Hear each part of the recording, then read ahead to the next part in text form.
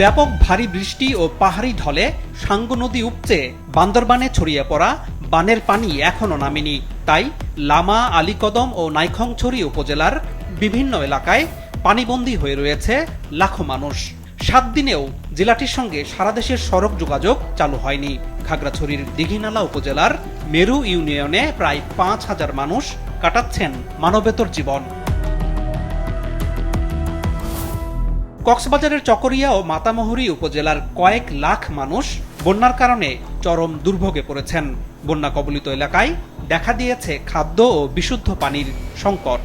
পানির জন্য এখন অফিসে করতে যেতে পারতেছি না, ছেলে মেয়ে নিয়ে পানির সংকটে আসছি।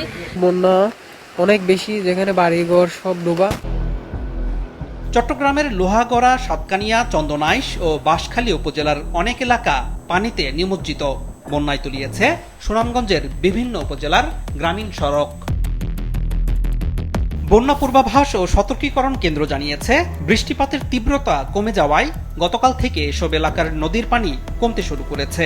তবে আগামী 2 দিন উত্তর ও উত্তর পূর্বাঞ্চল এবং উজানে অতি ভারী বৃষ্টির আভাস রয়েছে। তাই সিলেট, ময়মনসিংহ ও রংপুর বিভাগের কিছু জেলায় বন্যা দেখা দিতে পারে। অবশ্য আসছে মঙ্গলবার থেকে সার্বিক বন্যা পরিস্থিতির উল্লেখযোগ্য অগ্রগতির আশা করছে কেন্দ্রটি। 14 তারিখ থেকে আমরা দেশের বিদ্যমান যে বর্তমান বন্যা পরিস্থিতি সেটি স্বাভাবিক হয়ে আসার সম্ভাবনা রয়েছে।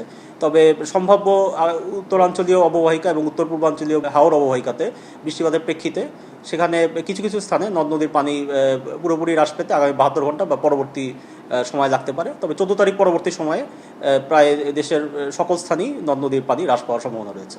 আবহাওয়া অধিদপ্তর জানিয়েছে, চরম বৃষ্টির প্রবণতা কমতে শুরু করেছে। 2 দিন পর যা উল্লেখযোগ্য হারে কমবে।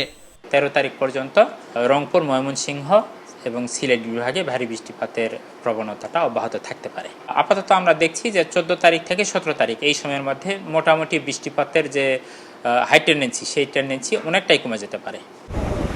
আবহাওয়ার উন্নতি হতে থাকায় সব সমুদ্র বন্দরে সতর্ক সংকেত এবং পাহাড় ধসের সতর্কতা তুলে দিয়েছে আবহাওয়া অফিস।